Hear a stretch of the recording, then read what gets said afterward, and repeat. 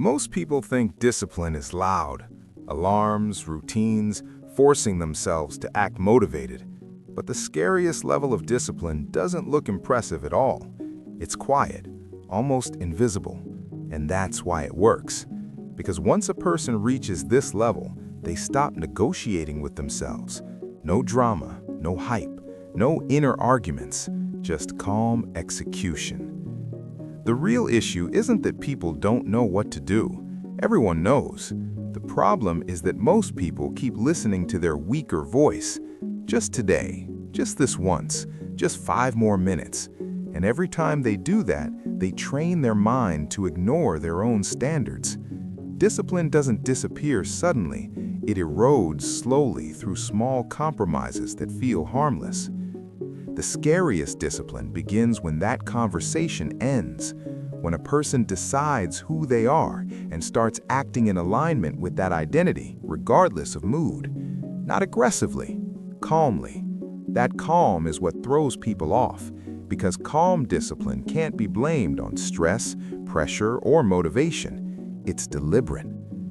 Most people think disciplined individuals are constantly forcing themselves. That's beginner discipline. Advanced discipline is peaceful. The habits are already built. The standards are already accepted. There's no inner fight anymore. The behavior feels normal. Missing feels strange. And once discipline reaches that point, effort fades. At this level, discipline isn't about doing more. It's about removing options. There's no maybe. There's no I'll see how I feel. The decision was already made earlier when emotions were quiet. That's why disciplined people don't rush. They don't over-explain. They don't look busy. Urgency disappears when certainty exists. This is where most people fail. They want discipline as a phase, not an identity. They want to turn it on when it's convenient and turn it off when it's uncomfortable. But discipline doesn't work part-time.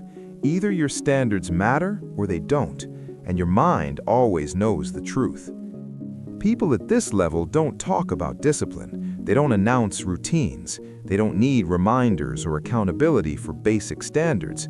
Their pressure is internal and quiet, built from kept promises, small ones, the kind nobody notices. You can see it in their presence. They're not tense. They move slower. They speak less. They don't rush to react or explain. That's because their mind isn't noisy. When you stop negotiating with yourself, mental clutter disappears, and that silence creates weight. This is why disciplined people are often misunderstood. They're called cold or distant, but what looks like distance is control. They still feel everything. They just don't let feelings drive behavior. They don't react to every comment, every urge, every distraction. Reaction is where most people lose power.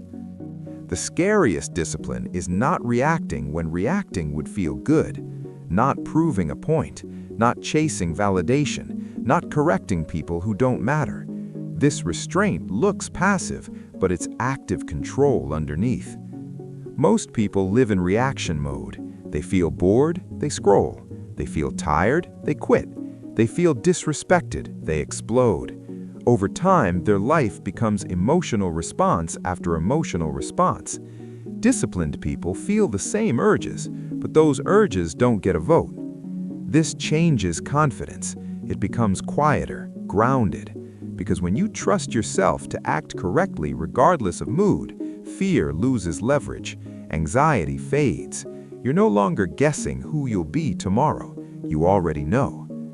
This level of discipline changes how people treat you, not because you demand respect, but because you're predictable in a strong way. People know you won't fold easily. They know comfort won't move you, and that consistency creates presence. You don't need a dramatic reset. You don't need extreme routines. You just need to stop breaking small promises and calling it normal. Pick one standard, keep it silently, especially when no one is watching. That's the scariest level of discipline you'll ever see. Not because it's extreme, but because once you reach it, you don't go back, and people feel that. Subscribe to Rise Together. We grow quietly, but we grow strong.